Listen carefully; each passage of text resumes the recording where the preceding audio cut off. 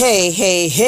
Yes, nilagay ko nga ating cellphone holder dito sa mataas. Hindi ko alam kung gaano kataas ba ito, kung ilang puter ba itong aking ginawa. Ay, kaya naman pala maraming nasasabi at nakikita yung mga nagmamataas dyan. Ay, dami naman ka talagang nakikita na.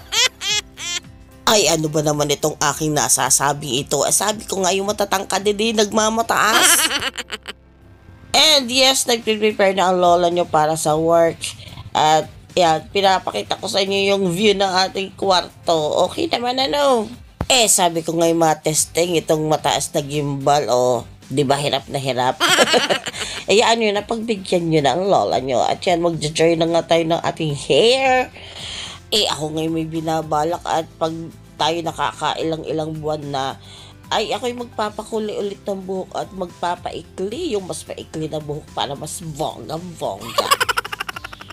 Dahil nga pwede na tayo sa mas maiksing buhok at saka medyo may kulay na hair, kaya samantalahin na natin yon.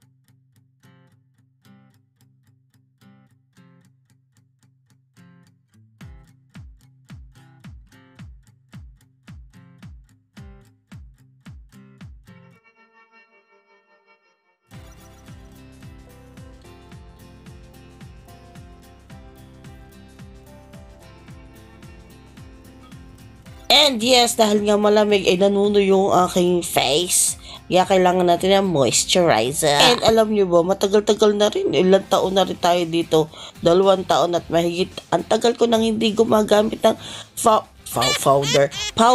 Dahil hindi naman tayo masyado pinapawis at naiinitan, hindi din naman nga tayo oily face. Tapos ito nga, syempre maglo-lotion tayo kasi nga ma-dry, kasi nga malamig. Syempre, meron daw ditong lotion ng papaputi, kaya paputi na tayo, malay nyo. Ay, mabalik nga tayo dito sa mga nagmamataas. Ayun nga, feeling kasi nila ay nakakaangat nga sila at kitang-kita nila yung mga pagkakamali mo. At ang dami talaga nilang nakikita kasigit-sigitan. Bakit tayo? May naalala ka? Ay naku, tigilan na nga natin yan. Bahala kayo dyan.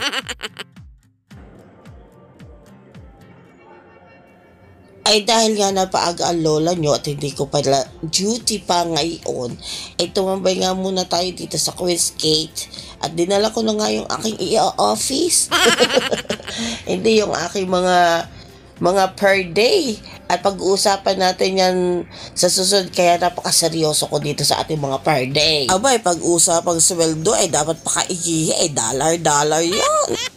Ay, ngayon ko na pala ikikwento at para naman maisama natin dito sa ating vlog. Ay, ganito to kasi yun. Bali, ang kontra ko ngayon ay independent. So, independent girl, ang girl nyo. Ang lola nyo pala. So, yun nga, ang nangyari ay ako ang magbabayad ng tax ko, so kailangan kong i-control o i-monitor yung aking tinrabaho per hour.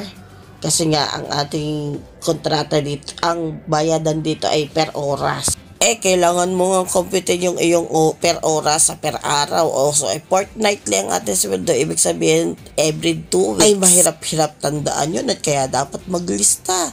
Nagsasummary din naman sila. Siyempre, check mo sa iyong lista, no? And bago nga umalis tayo dito, picture muna. Tapos may dumating tsakalala. Picture muna tayo with Gina. Mga awit niya natin nung dati. Kasi hindi na nga tayo pala mga awit. Tsaka desa na tayo. Diba? Sipag yan. Nagkapanagpo nga kami dito sa food court. Nagwo-work siya dyan.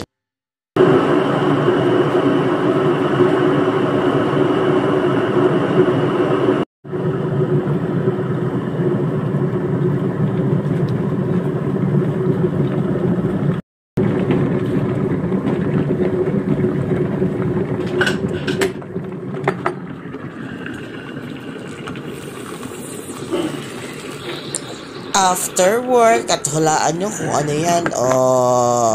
Hulaan nyo. Nabibili na pala yan online. Ay, matikman nga. Bakit nakikita nga ako dito sa Facebook ng mga online balot?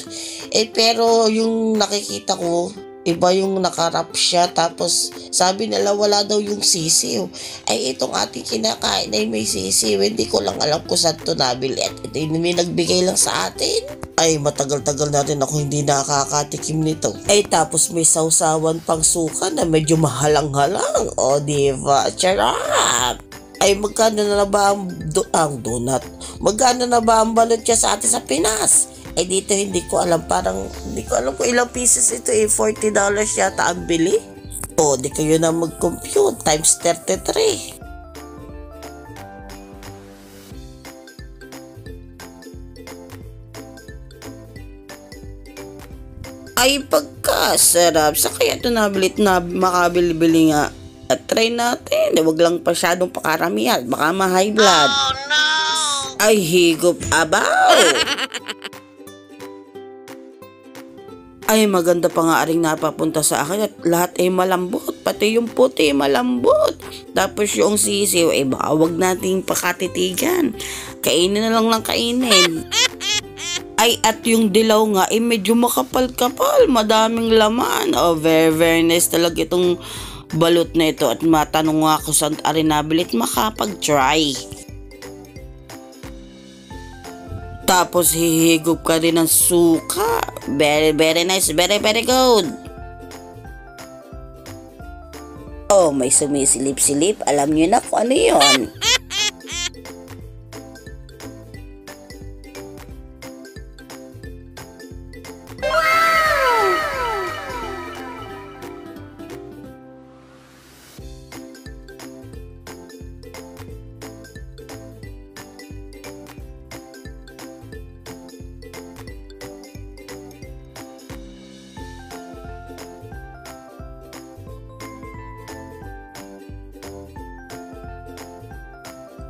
Ay tao, pagkasarap gat tapos ihigop ulit ng suka. Oh, very nice, very good talaga. Bibili talaga ako nito, matanong ako saan na rin nabili. Oh, diba? Satisfying.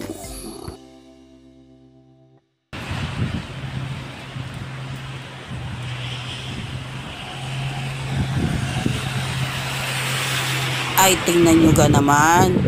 Ay, pagkatapos ko mo magmasahe, ay ito yung haharap sa iyo. Gosh, lamig.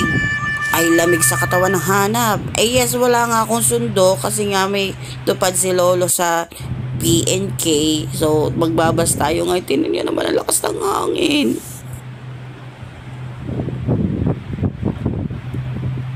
Ay tapos winter pa nga. Ay di pagka lamig, pagka nadapian ka ng isang basa, grabe ang impact.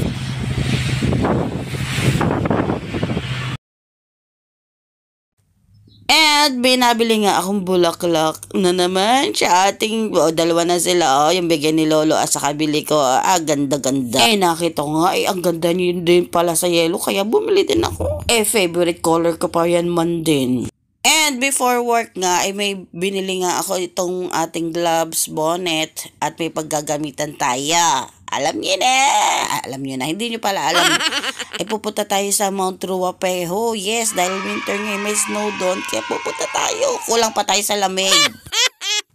Dahil nga hindi nga nag-i-snow dito, tayo lumapit doon sa snow.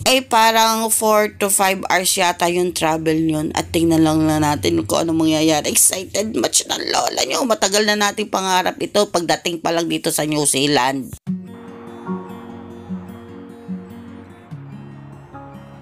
It's my day off. Meron nga ako nasipatang ibon dito at ang ganda ng kulay kulay blue. Nakikita nyo ba? Pero malabo-labo, pasensya na kayo. Hindi kaganda ng cellphone ng lola nyo. Pero ang ganda niya. Tapos maganda, kakaiba din yung tunog niya. Ewan ko kung na-capture ko yun.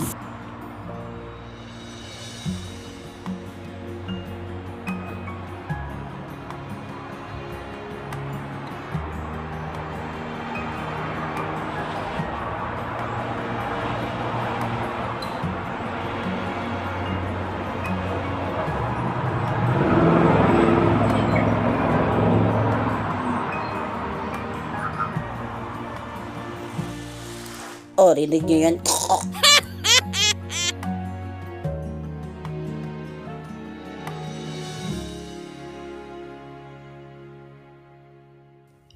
And dyan na kayo, enjoyin ko lang ang aking pa-breakfast. Yes, nahiligan ko nga itong ginisang mushroom, boiled egg, and then pancit canton, at kape syempre. And that's all for today's video. Thanks for watching. Bye-bye.